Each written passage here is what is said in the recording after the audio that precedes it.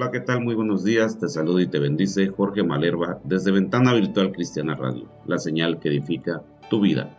Hoy vamos a reflexionar en la palabra de Dios en el libro de Juan capítulo 12 versículos 1 al 8. 6 días antes de la Pascua, Jesús vino a Betania donde estaba Lázaro, el que había estado muerto y a quien había resucitado de los muertos. Y le hicieron allí una cena. Marta servía y Lázaro era uno de los que estaban sentados a la mesa con él.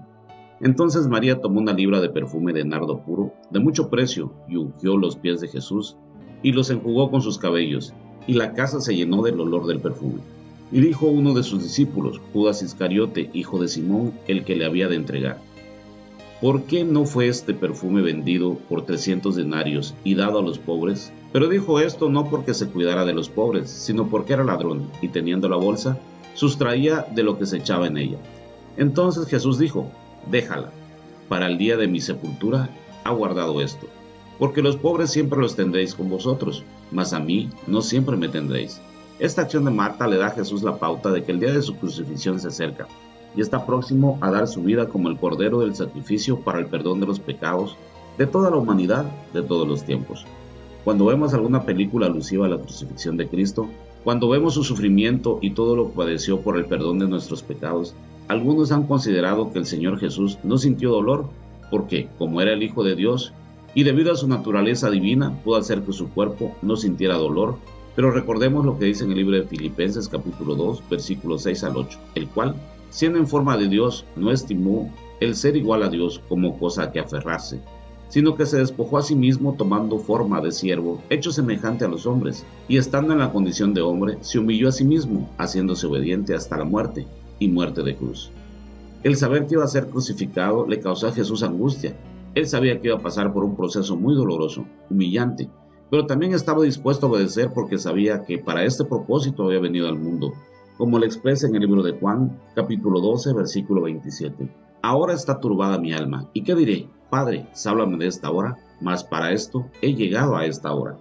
Cuando conocemos el propósito del llamado de Dios para nosotros, aunque el camino que tengamos que recorrer sea doloroso, sufrido, lleno de obstáculos, no nos apartamos de él, porque sabemos que solo son escollos o dificultades que superar para llegar a la meta.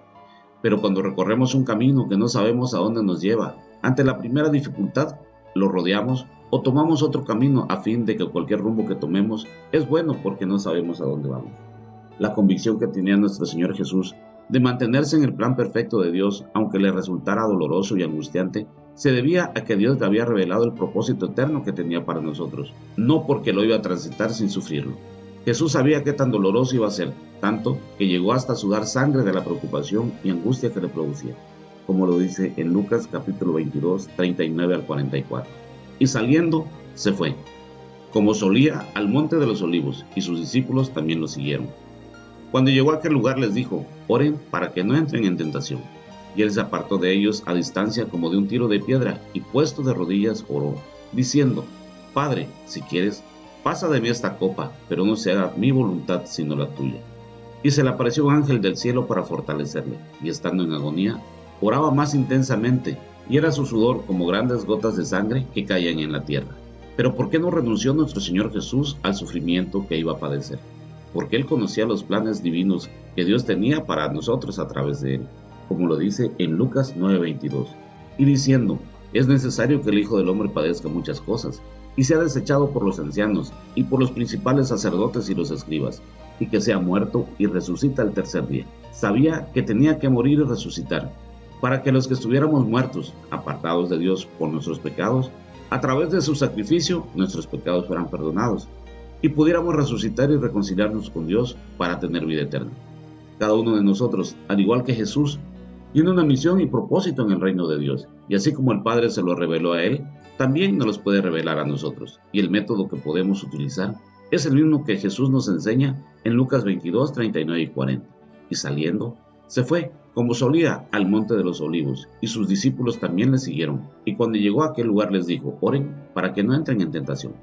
Pongamos énfasis donde dice como solía, lo cual indica que la oración era una práctica recurrente de Jesús, como lo podemos ver también en Marcos 1:35.